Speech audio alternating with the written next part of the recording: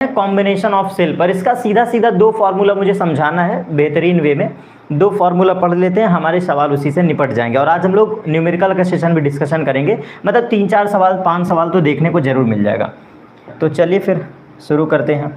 थोड़ा सा 1 minute time लूँगा, हल्का सा बस।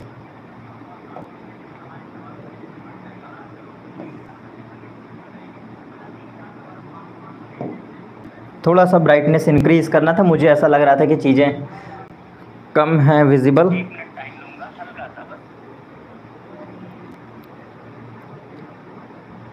चलिए बेहतर है।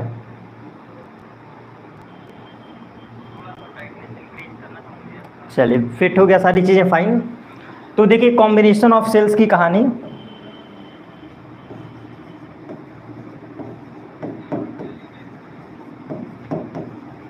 कॉम्बिनेशन ऑफ सेल्स की कहानी, इसका वैसे तो 3 कॉन्सेप्ट है, बहुत ध्यान समझिएगा। कॉम्बिनेशन ऑफ सेल 3 तरीके से पढ़े जाते हैं। पहला सीरीज में, series combination of cell,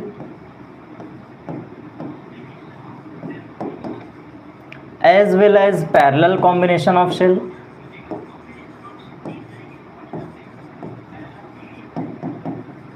parallel combination of cell. और तीसरा हमारा होता है जी बेटा, हेलो एंड गुड इवनिंग। हमने आपको देख लिया है, Aditya ji message comment section में मैसेज कर रहे हैं आप, गुड इवनिंग।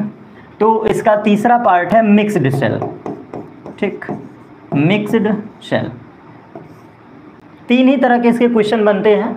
आज के क्लास में सीरीज को डिटेल्ड वे में समझेंगे, पैरेलल को डिटेल्ड वे में समझेंगे, कुछ न्यूमेरिकल सॉल्व करेंगे जो very and very most important है। और मिक्स सेल के बारे में एक अलग से सेशन लेना पड़ता है, इसका मैं आपको प्रोवाइड कर दूंगा रिकॉर्डेड लेक्चर, क्योंकि थोड़ा सा इसके केस स्टडी ज़्यादा है। जैसे बात समझिएगा, ऐसा नहीं यहाँ भी पढ़ाया जा सकता है, लेकिन इसका केस स्टडी बहुत थोड़ा सा कॉम्प्लिकेटेड है और 12th लेवल पे नहीं आता है। मैं ये भी बता दूँ, 12th लेवल पे ये बिल्कुल भी टॉपिक नहीं आता है मिक्स्ड सेल पर।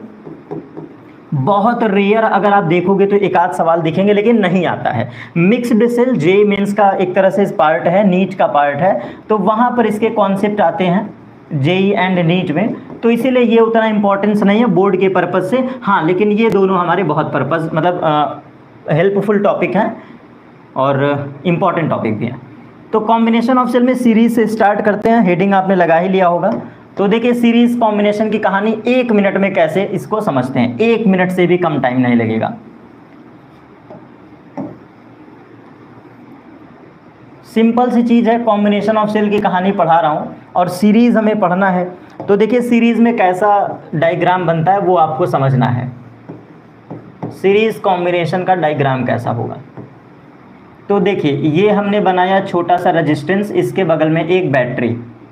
ये निगेटिव पॉजिटिव हो गया है, कोई दिक्कत नहीं है। चलिए, वैसे पॉजिटिव निगेटिव बनाया जाता है, लेकिन हमने बना दिया है उल्टा।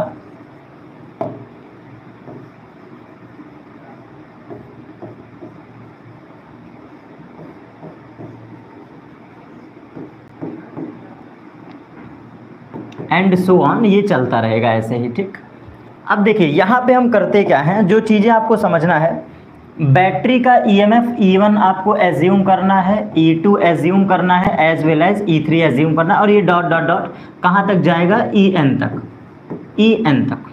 और ये जो छोटे छोटे रेजिस्टेंस हैं इनको एज्यूम करेंगे R1, R2, R3, R4 and so on dot dot dot RN तक, ठीक है। चलिए, और इसी समायोजन को, इसी मतलब इस सर्किट को ही कहते हैं कॉम्बिनेशन ऑफ सेल, और वो भी कौन सा, सीरीज कहते हैं। तो एक सबसे बारीक बात आपको बता रहा हूँ कॉन्सेप्ट के लहजे से। सीरीज कॉम्बिनेशन पहचानने का सबसे इजी तरीका है कि सीक्वेंस में एक सही ऑर्डर में पॉजिटिव टर्मिनल, फिर negative terminal, again positive terminal, again negative terminal, again positive, फिर निगेटिव, फिर अगेन पॉजिटिव, देन निगेटिव। तो ये जो कॉम्बिनेशन बनता है पॉजिटिव एंड निगेटिव का, और ये कॉम्बिनेशन n ऑर्डर तक चलता रहे, n ऑर्डर तक। तो ऐसे कॉम्बिनेशन को आंख बंद करके कहेंगे कौन सा कॉम्बिनेशन है, series combination. Positive negative alternate पे, पॉजिटिव निगेटिव अल्टरनेट पे, पॉजिटिव निगेटिव अल्टरनेट पे, पॉजिटिव निगेटिव अल्टरनेट पे, और ये ऑर्डर ब्रेक ना हो, विदाउट ब्रेक ये ऑर्डर चलता रहे, तो इसको कहते हैं सीरीज कॉम्बिनेशन। ये सबसे तगड़ा ट्रिक है। अब यहाँ पे आप देखिए तो ये जो ऑर्डर है कुछ ऐसे ही मैच खा रहा है। तो पहला कॉन्सेप्ट, पहला बेसिक कॉन्सेप्ट लिख लीजिएगा सीरीज का। पहला बेसिक कॉन्सेप्ट, अगर हमारे सेल्स, अगर हमारे combination of cells without break हुए, without alternate terminal of cells को चेंज किए हुए सही ऑर्डर को फॉलो करते हैं, तो ऐसे केस में जो वी टोटल होगा, वी टोटल मतलब टोटल पोटेंशियल, जो पोटेंशियल की वैल्यू होगी टोटल वाली, पोटेंशियल की जो वैल्यू होगी टोटल वाली, ये सीधा सीधा ऐड हो जाता है as well as series combination of resistance के जैसे, that is E1, E2, E3, E4 dot dot dot as show on En। कहने का मतलब आपको मैंने कल पढ़ाया था जाते जाते कि पोटेंशियल का फॉर्मूला सीरीज कॉम्बिनेशन में क्या था, V1 plus V2 plus V3 plus V4, याद करो यही तो था। एक बार कमेंट सेक्शन में रीड कर रहा हूँ तो बोलता रह रहा हूँ, आपको याद करिए, यही चीज़ तो मैंने कल पढ़ाया था कि सीरीज कॉम्बिनेशन में सीधा सीधा पोटेंशियल ऐड होता है। वही कहानी है, पोटेंशियल को ही ईएमएफ कहते हैं बैटरी का, तो हमने सारे पोटेंशियल को सिंपली क्या किया बेटा, ऐड कर दिया। तो ये पहला फॉर्मूला तुम्हारा बन के चला आया। सीरीज कॉम्बिनेशन में टोटल सेल का अगर आपको निकालना है फॉर्मूला, टोटल सेल का ईएमएफ, तो आप लिख लो ये पहला फॉर्मूला, इंपॉर्टेंट, ठीक। अब इसके बाद दूसरा फॉर्मूला, अगर ये कॉम्बिनेशन सीरीज कॉम्बिनेशन है तो ये कैसा ऑर्डर दिख रहा है तुमको, कैसा ऑर्डर दिख रहा है, सीरीज ऑर्डर। तो यहाँ पे आर टोटल की जो वैल्यू होगी, जो आर टोटल की वैल्यू होगी, इट मीन्स रेजिस्टेंस का जो टोटल होगा, ये फॉर्मूला होगा small r1, small r2, small r3 and so on r of n। तो ये फॉर्मूला है इक्विवेलेंट रेजिस्टेंस का, इक्विवेलेंट रेजिस्टेंस का। और आप मुझे बस एक बात बताओ, आप मुझे एक बात बताओ, हमें V टोटल पता चल गया, V टोटल मतलब पोटेंशियल, हमें R टोटल पता चल गया, तो आप मुझे बताओ क्या यहाँ पे आप करंट नहीं डिफाइन कर सकते? क्या आप इस कॉम्बिनेशन का करंट नहीं डिफाइन कर सकते? बहुत ईजिली डिफाइन कर सकते हो। आप मुझे बस इतना ही जवाब दे दो, अगर मैंने आपको V टोटल का डाटा दे दिया, R टोटल का डाटा दे दिया, तो आप डायरेक्टली बोल दो सर क्या, मैं बताता हूँ क्या बोलना है। आप कहोगे total current I is equal to, total current I is equal to V by R, और V का काम कौन कर रहा है बेटा, E टोटल कर रहा है, और R टोटल का काम कौन कर रहा है, ये है। तो बस दोनों की वैल्यू रख दो, हमें पता है, तो हमारा आंसर इजीली करंट की वैल्यू फाइंड हो जाएगी यहाँ से, ठीक। ये पहला केस हमारा समाप्त, पहला बेसिक कॉन्सेप्ट हमारा यहाँ पे समाप्त। अब दूसरा कॉन्सेप्ट उठता है कि अगर ये पूरा cell same as well as जो सेल बना है, इस सेल को अगर हम लोग किसी एक्सटर्नल रेजिस्टेंस से ऐड कर दें, अब देखिएगा यहाँ पे मैं थोड़ा सा बस चेंजेस करने जा रहा हूँ, थोड़ा सा चेंजेस। अगर हम इस सेल को, ये जो मैंने कॉम्बिनेशन ऑफ सेल, देखो ध्यान से सुनना बेटा, छाप लेना, ये पॉइंट नोट कर लो। अब मैं केस सेकंड स्टडी कर रहा हूँ तो आपको फिर से डायग्राम लिखना पड़ेगा, उसमें घबराना नहीं है। मैं रुक जा रहा हूँ, देखिए मैं ऑलरेडी साइड में हूँ, स्क्रीनशॉट ले लीजिए, लाइव है तो लाइव लेक्चर इसको नोट कर लीजिए। ये हमारा बेसिक प्रिंसिपल था कि कॉम्बिनेशन ऑफ सेल में अगर बैटरी वन और more than add in series combination and so on resistance are also add in series combination, then this is the basic formula we can use in easily numerical concept. तो यहाँ तक ठीक है चीज़ें, लेकिन इसका second case है, अगर इसी कॉम्बिनेशन को, जो मैंने ऊपर वाला डायग्राम लिया है, अगर इस कॉम्बिनेशन को हम एक एक्सटर्नल रेजिस्टेंस से जोड़ दें, तो देखो अब मैं जा रहा हूं इसको जोड़ने एक एक्सटर्नल रेजिस्टेंस कैपिटल R से। ये देखो मैंने इसको ऐड कर दिया एक्सटर्नल रेजिस्टेंस R से। अब बताओ अब क्या होगा फॉर्मूला, ये है हमारा केस सेकंड। तो यही इसका तगड़ा कॉन्सेप्ट था, दमदार कॉन्सेप्ट था कि पहला केस जनरल बैटरी है, जनरल रेजिस्टेंस है, सिंपल सा फॉर्मूला लगा दो दोनों सीरीज का और डिवाइड कर दो, करंट आ गया। लेकिन ऐसे क्वेश्चंस को कैसे सॉल्व करेंगे, तो आइए देखिए, ऐसे क्वेश्चंस को सॉल्व करते समय आप अपना बेसिक प्रिंसिपल लगाओ। बैटरी तो उतना ही है, मुझे एक बात बताओ, बैटरी का कॉम्बिनेशन तो वही है, तो ई टोटल का फॉर्मूला सेम रहेगा, ई टोटल का फॉर्मूला सेम रहेगा। It means E1, E2, E3, E4 and so on En। E total का फॉर्मूला नहीं बदलेगा क्योंकि पोटेंशियल कहीं नया नहीं आया। ठीक, चलिए ठीक है, बिल्कुल बिल्कुल बेटा मैं यही पढ़ा रहा हूँ, यस सर यही पढ़ाया था। चलिए ठीक, हाँ, तो जो ये कॉम्बिनेशन ऑफ सेल है, जब ये एक्सटर्नल रेजिस्टेंस R से ऐड किए हो तो पोटेंशियल में कोई चेंजेस नहीं होगा, दैट इज दिस, ये सेम है। लेकिन आप मुझे ये बताओ, जब ये टोटल R ऐड होगा तो इसका स्ट्रक्चर देखो, अब इसका स्ट्रक्चर देखो, ये कॉम्बिनेशन जब चेंज हुआ होगा तो एक बैटरी बनी होगी ई टोटल, ध्यान से समझना, यहाँ पे वन और more than combination of cell हैं तो सारी बैटरी मिलके क्या बना दी, ई टोटल। और ऐसे छोटे छोटे रेजिस्टेंस मिलके क्या बना दिया, छोटा सा रेजिस्टेंस का total, that is R total. छोटा वाला रेजिस्टेंस जिसको इंटरनल रेजिस्टेंस कहते हैं, बैटरी के बगल में जुड़ा हुआ रेजिस्टेंस इंटरनल रेजिस्टेंस कहलाता है, दैट इज आर टोटल। और ये कॉम्बिनेशन किससे एडअप है, ये कॉम्बिनेशन किससे एडअप है, एक एक्सटर्नल रेजिस्टेंस कैपिटल आर से ऐड है। यही हमारा प्रिंसिपल है, यही हमारा सेकंड नंबर का कॉन्सेप्ट है। तो यही सेकंड कॉन्सेप्ट जो मैं डिस्कशन कर रहा हूँ, इसका करंट क्या होगा, तो इसका करंट की वैल्यू अब आप मुझे बता सकते हो सर क्या, we know I is equal to V by R, I is equal to V by R, और V की जगह क्या लिख दो बेटा, ई टोटल। V का काम कौन निभाएगा, ई टोटल, जो कि फॉर्मूला ये छपा है ऊपर देखो। और R टोटल की जगह क्या रखोगे, तो R टोटल की जगह रख देना ये small r total internal resistance और प्लस कैपिटल R। ये हमारा आंसर हो गया, ये ही हमारा आंसर हो गया, this is our final answer. और कंफ्यूजन ना हो तो इसीलिए इस कैपिटल R को कहते हैं एक्सटर्नल रेजिस्टेंस, आपको कंफ्यूजन ना हो इसलिए हम कहते हैं कैपिटल R को एक्सटर्नल रेजिस्टेंस, और ये जो छोटा वाला है इसको कहते हैं इंटरनल रेजिस्टेंस। तो उम्मीद करता हूँ कि आपको दिक्कत नहीं हुआ होगा।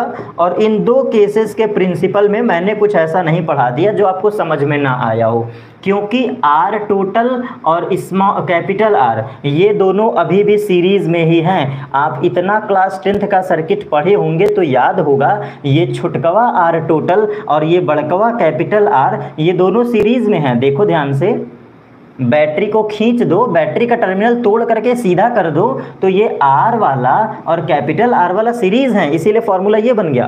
दो केस हमारा समाप्त बिल्कुल किसी कंफ्यूजन के बिना, विदाउट एनी प्रॉब्लम। जी बेटा hello, good evening, Zeeshan Khan, Shubham Tyagi, Aditya, जितने भी लोग देख रहे हैं बेटा इस सेशन को, good evening to all of you. And दो कॉन्सेप्ट मैंने क्लियर कर दिया। अब इसी का तीसरा concept, same variety of question है, लिखते चलिएगा। This is our first case, फिर फर्स्ट वाले को मैंने कन्वर्ट कर दिया सेकंड केस में, और अब इसका थर्ड केस देखो। थर्ड केस ये है कि मान लो अगर एकाध बैटरी गलती से उल्टा जुड़ा हो, चलो देखो गलती से एकाध बैटरी कैसी जुड़ी हो, उल्टा जुड़ गई हो। चलिए देखिए मैं यहाँ पे उल्टा जोड़ने जा रहा हूँ।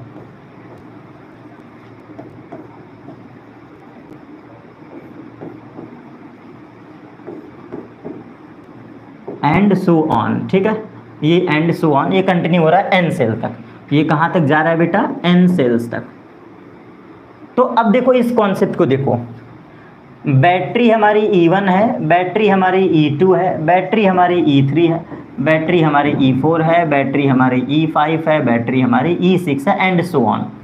And same as well as resistance की बात करूँ तो R1, R2, R3, R4, R5 and R6 and so on, ठीक।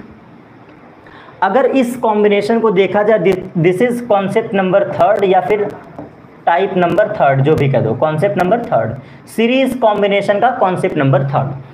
अब मैं भी अगर आपके नज़रिए से देखो, थोड़ा सा मैं व्हाइट बोर्ड से साइड हो जा रहा हूँ, आप भी देखो मैं भी देखता हूँ, दोनों लोग मिलके पढ़ते हैं। अगर इस कॉम्बिनेशन को बहुत ध्यान से देखो, आप भी कॉम्बिनेशन को ध्यान से देखो, हम भी कॉम्बिनेशन को ध्यान से देखें, तो जरा ध्यान से देखने पे पता चल रहा है positive terminal negative terminal, positive terminal negative terminal. लेकिन यहाँ पे क्या हो गया, निगेटिव पॉजिटिव। अरे सर ये तो धोखा हो गया, निगेटिव पॉजिटिव। अगला देखो निगेटिव पॉजिटिव, अरे सर फिर धोखा हो गया। अगला देखो पॉजिटिव निगेटिव, अगला देखो पॉजिटिव निगेटिव। अब यहीं पे पकड़ने वाला बात है, पकड़ने वाला।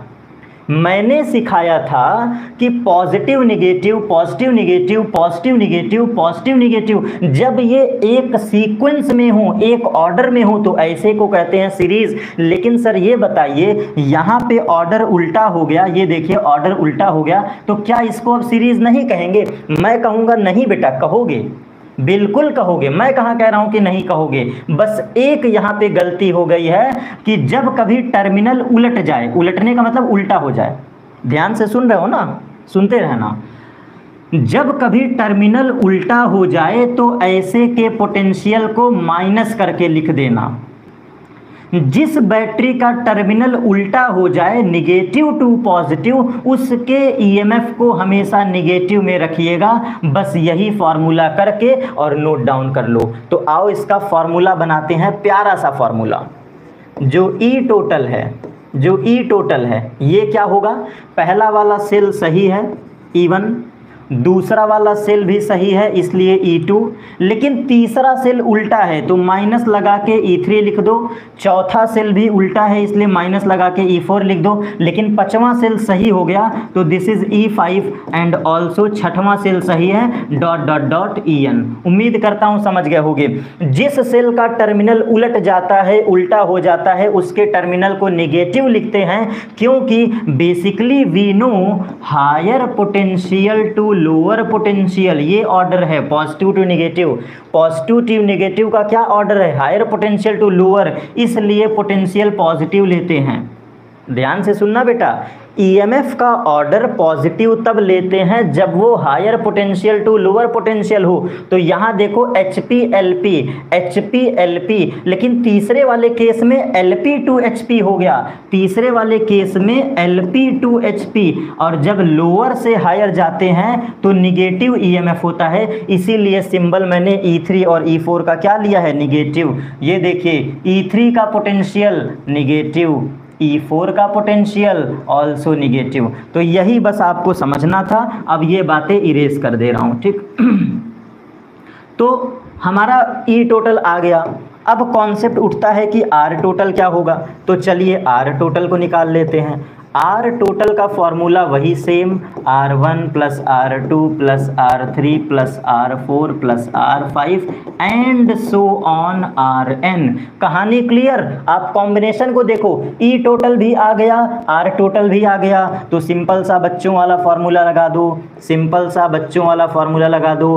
I total is equal to E total divide by small r total, ठीक। This is our final answer, find out, ठीक है। This is concept number third. और यही प्रिंसिपल, यही कॉन्सेप्ट, सेम कहानी यही है। और अगर इसको हम ऐड कर दें एक्सटर्नल रेजिस्टेंस से, अगर यही सेम कहानी जो है इसको हम ऐड कर दें एक्सटर्नल रेजिस्टेंस R से, सर अब क्या होगा। सर अगर हम इसी कॉम्बिनेशन को एक्सटर्नल रेजिस्टेंस से ऐड कर दें तो क्या होगा। आइए बेटा उसको भी पढ़ा देते हैं, आइए फिर क्या घबराना। देखिए अब इसको मैंने ऐड कर दिया एक एक्सटर्नल रेजिस्टेंस कैपिटल R से, तो इसका फॉर्मूला डायरेक्ट लिख देते हैं। कैसे, आइए देखिए कैसे।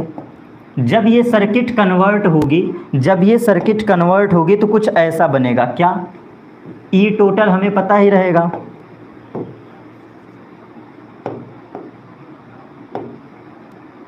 जब ये सर्किट कन्वर्ट होगा तो हमें E टोटल पता ही है, that is our E total, ठीक। इसके बगल में स्मॉल r टोटल हमें पता ही होगा, क्योंकि हम पढ़ चुके हैं कॉम्बिनेशन। और ये पूरा कॉम्बिनेशन किससे जुड़ा है, ये पूरा कॉम्बिनेशन कैपिटल आर से जुड़ा है। तो इस वाले केस में फॉर्मूला क्या लगाओगे, वही प्रीवियस वाले कहानी की तरह ही देखो, प्रीवियस कहानी की तरह देखो, E total divide by R total plus are.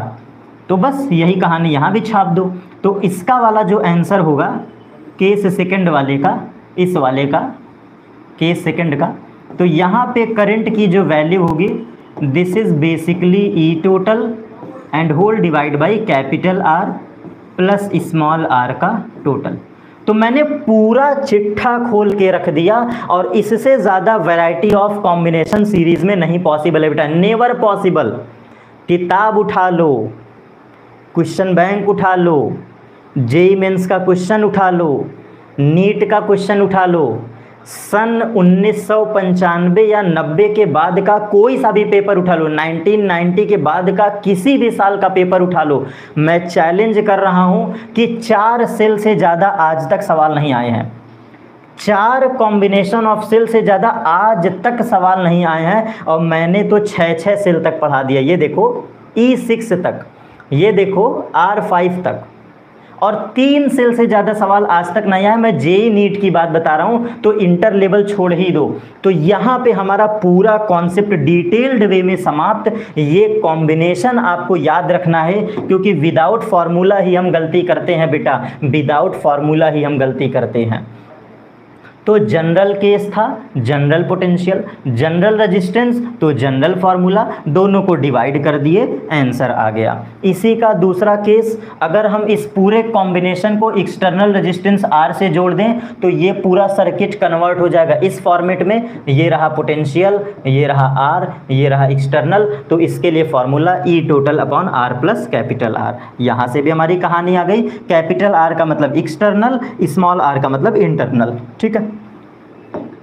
इसी का अगला कॉन्सेप्ट कि अगर कभी बैटरी का टर्मिनल उलट दिया जाए, अगर कभी बैटरी का टर्मिनल उल्टा कर दिया जाए तो क्या होता है कॉन्सेप्ट। तो इस केस में हमने ये भी पढ़ा दिया। ठीक, हमने इस केस में भी ये आपको पढ़ा दिया। 1 सेकंड बेटा टाइम लूँगा, बस 1 मिनट के लिए। थोड़ा सा इंपॉर्टेंट कॉल एक आ रही है, थोड़ा सा बस देख लें। चलिए, एक इम्पॉर्टेंट कॉल आ रही थी, बस इसको थोड़ा देख लें, फिर क्लासेस फिर कंटिन्यू कर रहा हूँ।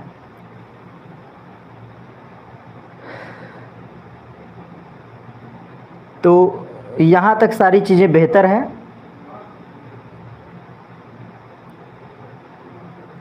अब हम लोग डिस्कशन करते हैं पैरेलल कॉम्बिनेशन ऑफ सेल का। ठीक है, पैरेलल कॉम्बिनेशन ऑफ सेल। तो पैरेलल कॉम्बिनेशन ऑफ सेल का सेम कहानी यही रहेगा, बस आपको कॉन्सेप्ट पकड़ना है कि इसका कॉन्सेप्ट क्या होगा। चलिए, पैरेलल कॉम्बिनेशन की कहानी।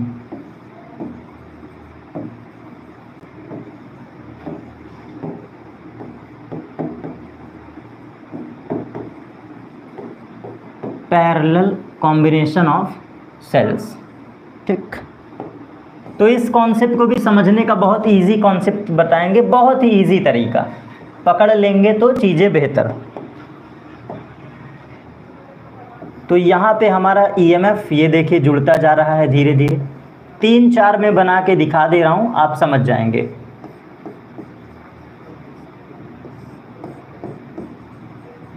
ठीक, एंड सो ऑन, ये ऐसे एडअप हैं। तो यहाँ की बारीकी समझिएगा। ये E1 है, ये E2 है, E3 है, E4 है, एज वेल एज R1 है, एज वेल एज R2 है, एज वेल एज R3 है, एज वेल एज R4 है।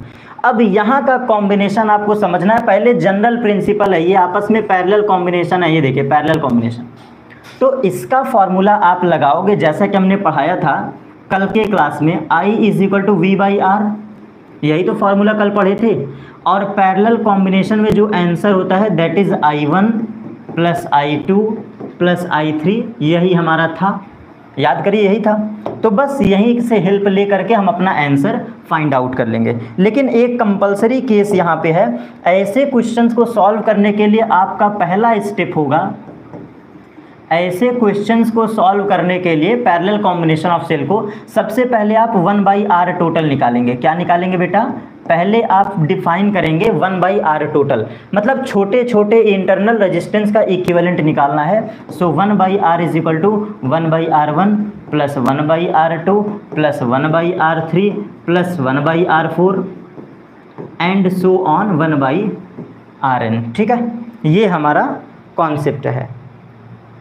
ये हमारा कॉन्सेप्ट होगा कि सबसे पहले आपको 1/r टोटल निकालना होगा। इट मीन्स स्मॉल r का इक्विवेलेंट निकालो। सबसे पहले हम लोग स्मॉल r का इक्विवेलेंट निकालेंगे, वो भी पैरेलल कॉम्बिनेशन में, वो भी हम लोग पैरेलल कॉम्बिनेशन में, पैरेलल कॉम्बिनेशन में। ठीक है, ये सारी चीज़ें। जैसे तुम्हारा r इक्विवेलेंट आया, अब हम फॉर्मूला लगाएंगे ई टोटल का। Now we will apply the formula E total. तो E total by r total, यही होता है करंट। याद करो बेटा, I is equal to V/R, आज ही के क्लास में पढ़ाया हूँ, I is equal to V/R। तो टोटल करंट की वैल्यू क्या होगा?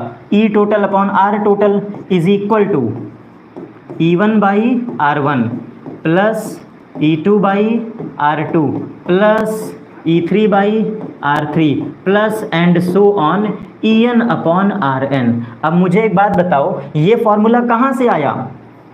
ये फॉर्मूला सर कहाँ से आया? तो ये वही फॉर्मूला है, I is equal to I1 plus I2 plus I3 and so on In। ये वही करंट का फॉर्मूला है। तो करंट का फॉर्मूला क्या होता है? V/R। करंट का फॉर्मूला क्या होता है? V/R। करंट का फॉर्मूला V/R, करंट का फॉर्मूला V/R। तो देखो E1 हमें पता है, देखो E1 पता है, R1 पता है, E2 पता है, R2 पता है, E3 पता है, R3 पता है। यहाँ पे हमको सारे डाटा एनालिसिस हैं। E1 पता, R1 पता, E2 पता, R2 पता, E3 पता, R3 पता, सब कुछ पता है। केवल क्या नहीं पता है? ई टोटल नहीं पता है। तो यहाँ से R टोटल मैंने पहले बता दिया। पहला स्टेप क्या निकालोगे बेटा? R total. ऐसे क्वेश्चंस में पहला स्टेप क्या होगा? R total. R टोटल आ गया, क्रॉस मल्टीप्लाई कर दो। इसी कॉन्सेप्ट में R टोटल को क्रॉस मल्टीप्लाई कर दो, क्रॉस मल्टीप्लाई। तो हमारा फॉर्मूला हो गया finally E total is equal to E1/R1 plus E2/R2 plus E3/R3 and so on En/Rn। ये हमारा हुआ। और इसका क्रॉस मल्टीप्लाई जब किए हैं, जब इसका क्रॉस मल्टीप्लाई किए हैं तो R ऑफ टोटल, मतलब R इक्विवेलेंट, ये वाला R टोटल, यहाँ पे क्या हो जाएगा? R total. यहाँ पे हमारा मल्टीप्लाई में हो गया R टोटल। तो this is our final answer. This is the formula for parallel combination of cell, parallel combination of cell. तो ये पहला केस। अब इसका अगला पढ़ लें, इसका नेक्स्ट केस। नेक्स्ट केस क्या कहेगा? अगर यही सेम कॉम्बिनेशन हम लोग किसी एक्सटर्नल रेजिस्टेंस से ऐड कर दें, सेम यही कॉम्बिनेशन किसी एक्सटर्नल रेजिस्टेंस से ऐड कर दें, तो 3 के लिए पढ़ा देता हूँ, R1, R2, R3। ये एंड सो ऑन ऑल्सो है, ये एंड सो ऑन ऑल्सो है, E1, E2, E3। और ये पूरा कॉम्बिनेशन एक एक्सटर्नल रेजिस्टेंस से जुड़ा हुआ है।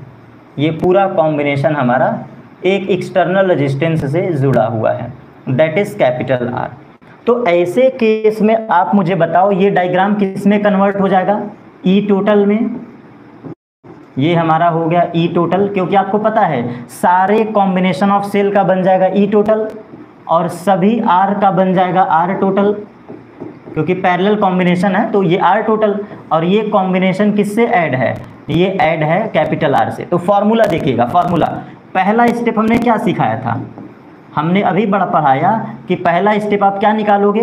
1/R total. सबसे पहले छुटकवा निकालो, 1/R is equal to 1/R1 plus 1/R2 plus 1/R3 and so on 1/Rn। तो इस स्टेप से हमारा आंसर आ जाएगा R टोटल। R टोटल इसको हम कह रहे हैं R इक्विवेलेंट, वही सेम चीज़ है, R इक्विवेलेंट। तो ये आ गया, और फिर हम फॉर्मूला लगा देंगे कौन सा? Current I is equal to E total whole divide by capital R plus small R total, small R का टोटल, ये फॉर्मूला लगा दो, बस आंसर आ जाएगा। कहोगे सर यहाँ पे ई टोटल कहाँ से आएगा, तो अभी लिखे तो थे फॉर्मूला, ये फॉर्मूला हमारा स्टार फॉर्मूला, इसको लिख लीजिए। इस कॉम्बिनेशन से हमारा आंसर आ जाएगा किसका, आई टोटल का।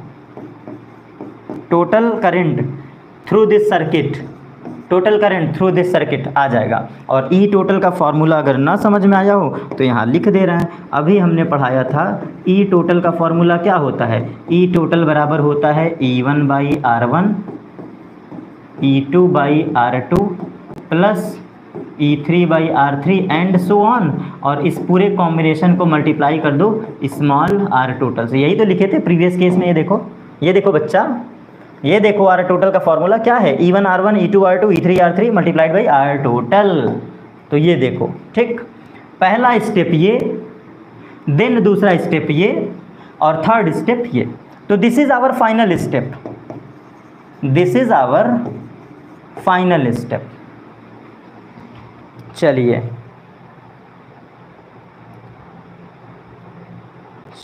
ठीक, एक सेकंड बेटा, लेंस का टॉपिक नहीं पढ़ा रहे हैं बेटा। Sir is convex lens always converging, हाँ बिल्कुल सही बोल रहे हो, उसमें क्या दिक्कत है। कॉन्वेक्स लेंस जो होता है वो ऑलवेज कन्वर्जिंग होता है और कॉन्वेक्स लेंस ऑलवेज डाइवर्जिंग, बिल्कुल सही है, क्या दिक्कत है, सही कह रहे हो।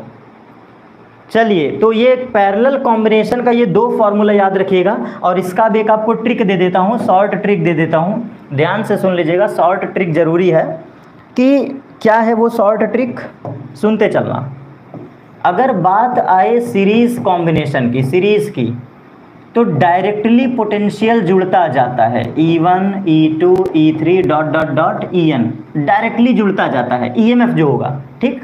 और सेम इसी तरह R1 R2 R3 and so on Rn, R total भी ऐसे जुड़ता जाता है, और टोटल करंट की वैल्यू होती है E total whole divide by R total.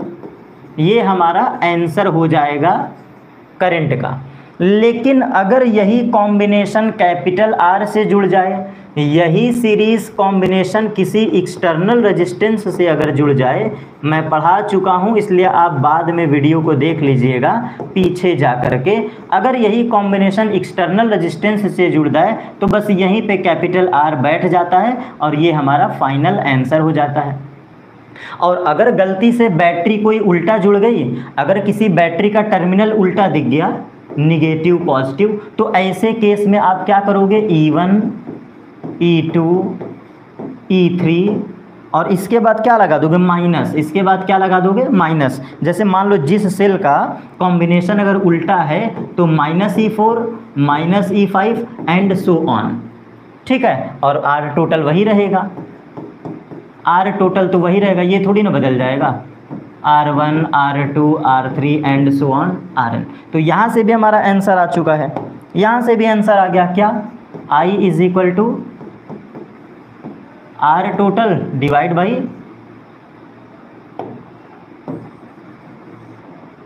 यहाँ से हमारा I की वैल्यू क्या हो जाएगा, E total divide by R total, ठीक, R टोटल ये हो गया।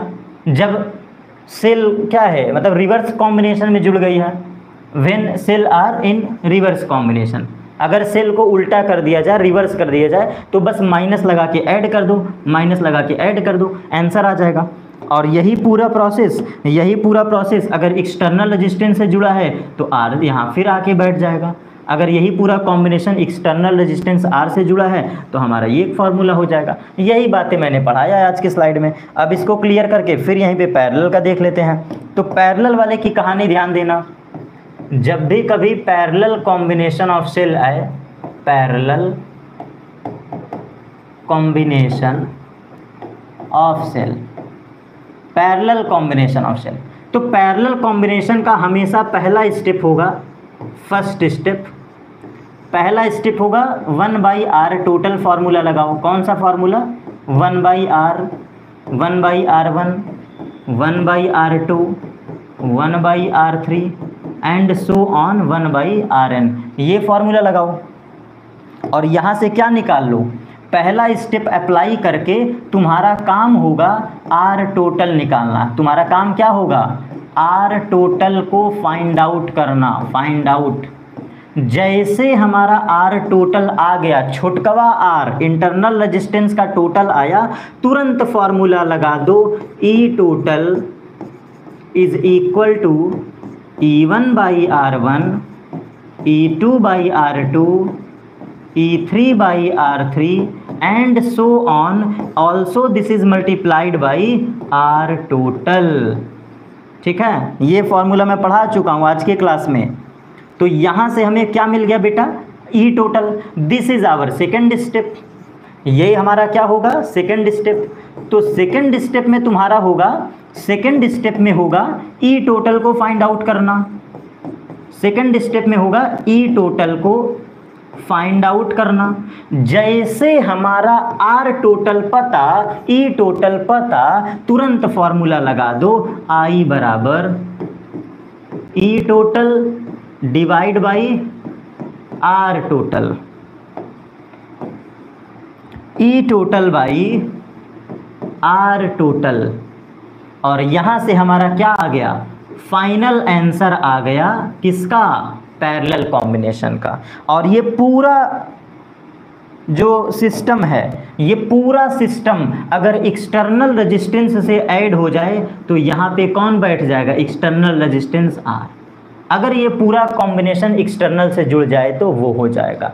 ठीक है, उम्मीद करता हूँ आज का सेशन आपको बेहतरीन वे में चीज़ें समझ में आई होंगी।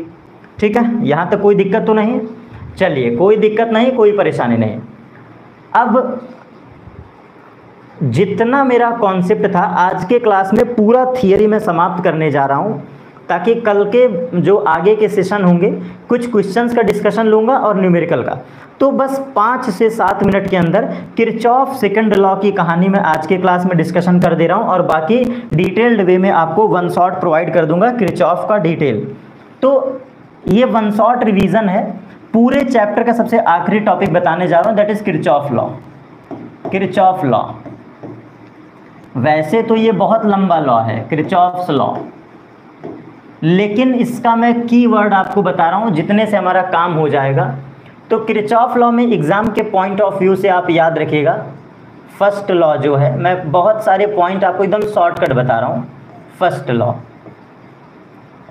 किरचॉफ लॉ का फर्स्ट प्रिंसिपल कहता है टोटल इनकमिंग करंट, बस इतना ही याद रखो, total incoming current is equal to total outgoing current, total outgoing current at a junction point. मतलब ये होता है जो प्रोसेस, ये अप्लाई होता है एट अ जंक्शन पॉइंट। किसी जंक्शन पॉइंट पर आने वाले कुल इनकमिंग करंट का sum is equal to total outgoing current के बराबर होता है। अब पॉइंट ये उठता है कि जंक्शन पॉइंट क्या होता है, तो ध्यान से समझिएगा बेटा, बहुत ध्यान से। जहाँ पर मोर देन 2 वायर, जहाँ पर more than 2 wire, more than 2 wire intercept to each other, intercept to each other. प्यारा सा कॉन्सेप्ट आपको बता रहा हूं कि when more than 2 wire intercept to each other, that point is called junction, that point is also called junction। तो junction का definition यही है। क्या है जंक्शन का डेफिनेशन, जहां पे 2 और मोर देन वायर क्या होते हैं, आपस में एक दूसरे को इंटरसेप्ट करते हैं, उसको कहते हैं जंक्शन। और ये सर्किट में न्यूमेरिकल में सिखा दूंगा। और फर्स्ट लॉ किस कंजर्वेशन पे बेस्ड होता है, तो ये कंजर्वेशन ऑफ चार्ज प्रिंसिपल को फॉलो करता है, बस इतना याद रखिएगा। कंजर्वेशन ऑफ चार्ज को, कंजर्वेशन ऑफ चार्ज प्रिंसिपल को, क्योंकि करंट किस पे डिपेंड करता है बच्चा? चार्ज पे। करंट किस पे डिपेंड करता है? चार्ज पे। तो पहला लॉ पर सिर्फ दो बातें याद रखना, at a junction point total incoming current is equal to total outgoing current. कुछ किताबें कहती हैं total algebraic summation of current is equal to 0, तो summation of I is equal to 0, ये भी फॉर्मूला सही है। Summation of I is equal to 0 at any junction point, तो इसको कुछ किताबें ये भी कहती हैं एट एनी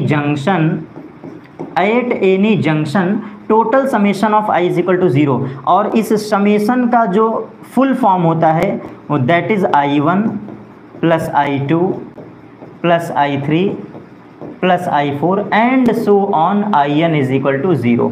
तो समेशन का मतलब होता है सभी छोटे छोटे छोटे छोटे करंट का sum, algebraic sum of all current is equal to 0। ये है फर्स्ट लॉ। अब बात करते हैं किरचॉफ का सेकंड लॉ। बेसिक प्रिंसिपल पे डिस्कशन कर रहा हूँ, बहुत डिटेल में नहीं, बाकी अप्लाई करते समय रूल कुछ और होता है। अब बात करते हैं किरचॉफ का सेकंड लॉ। किरचॉफ का सेकंड लॉ सबसे खतरनाक। तो सेकंड लॉ याद करिएगा, in any close loop, condition है in any close loop, in any close loop total sum of potential, total summation of potential is equal to 0। Algebraic sum of all potentials, algebraic, बहुत ध्यान समझिएगा, in any close loop total algebraic, total algebraic sum of, total algebraic sum of all potential differences, जो भी कह दो, all potential differences through resistance, through resistance is equals to 0, is equals to 0। तो ये बात क्या है?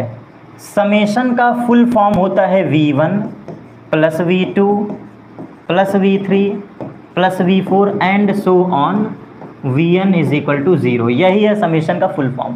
और ये किस प्रिंसिपल को फॉलो करता है? तो ये कंजर्वेशन प्रिंसिपल तो है, बट ये फॉलो करता है कंजर्वेशन ऑफ चार्ज। तो ये स्टार कॉन्सेप्ट बता रहा हूँ, स्टार कॉन्सेप्ट लिख लीजिएगा। Kirchhoff first law conservation of charge को फॉलो करता है, जबकि Kirchhoff second law conservation of energy को फॉलो करता है। किसको बेटा फॉलो करता है? कंजर्वेशन ऑफ एनर्जी प्रिंसिपल को, क्योंकि पोटेंशियल है। ये क्या है? पोटेंशियल। ये पोटेंशियल पे डिपेंड कर रहा है ना। देखो किस पे डिपेंड कर रहा है? समेशन V पर। तो V से कौन सी एनर्जी मिलती है? W बराबर QV एनर्जी, W बराबर QV। So this follow the conservation of energy principal. ये कंजर्वेशन ऑफ एनर्जी को फॉलो करता है। रट्टा मार लेना आता है ये क्वेश्चन, ठीक है। किरचॉफ का दोनों लॉ इजी वे में और सारे थियरीज को कवर करते हुए हमारा ये class complete. One shot revision, fast track revision चल रहा था। अभी ये क्लासेस और आगे बढ़ेंगी। अभी मैं छोड़ नहीं रहा हूँ बेटा, ऐसा नहीं है कि मैं सारी क्लासेस छोड़ रहा हूँ, नहीं। अभी हमारा प्रियोरिटी है कि कौन से टॉपिक पे कमांड बनाया जाए जहाँ से क्वेश्चन आते। मैं आपका इंटरनल मोटिवेशन जगा रहा हूँ। हमारे पढ़ाने का उद्देश्य ये नहीं है कि मैं 100% तुमको सिखा दूँ, नहीं। मैं तुम्हारे अंदर का इंटरेस्ट जगा रहा हूँ कि फिज़िक्स इजी है, थोड़ा ट्राई करो, थोड़ा सा पढ़ने का प्रयास करो, थोड़ा सा ट्राई करो, बहुत इजी है। तो जब तुम्हारा थोड़ा सा कॉन्सेप्ट जग जाएगा और आप जब सेल्फ डिस्कशन करते हो, सेल्फ रीड करते हो, और बेहतर पाओगे। इतना आसान नहीं है किरचॉफ लॉ जैसे मैंने इन 2 स्लाइड में बताया है, लेकिन कीवर्ड यही है। कंप्लीट किरचॉफ लॉ के कीवर्ड इससे ज़्यादा हैं ही नहीं। और वही कीवर्ड मैंने आपको पढ़ाया है। जिसको ये बात समझ में आ गई, पूरा लॉ 365 दिन एग्जाम तक आपको याद रह जाएगा। मतलब यही हम लोग एप्लीकेशन वगैरह में पढ़ाते हैं, तो 365 डेज तक यही तुमको याद रखना है।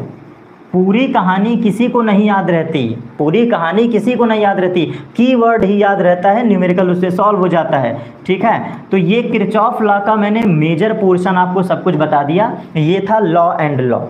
अब किरचॉफ लॉ लगाते कैसे हैं, किरचॉफ लॉ के फंडामेंटल बारीकियां क्या हैं, कौन से क्वेश्चन में कैसे करंट एज्यूम करते हैं, कौन से डायरेक्शन में मूव ऑन करते हैं, साइन कन्वेंशन क्या फॉलो करते हैं, इसके लिए एक अलग से वीडियो सेपरेट बनाऊंगा।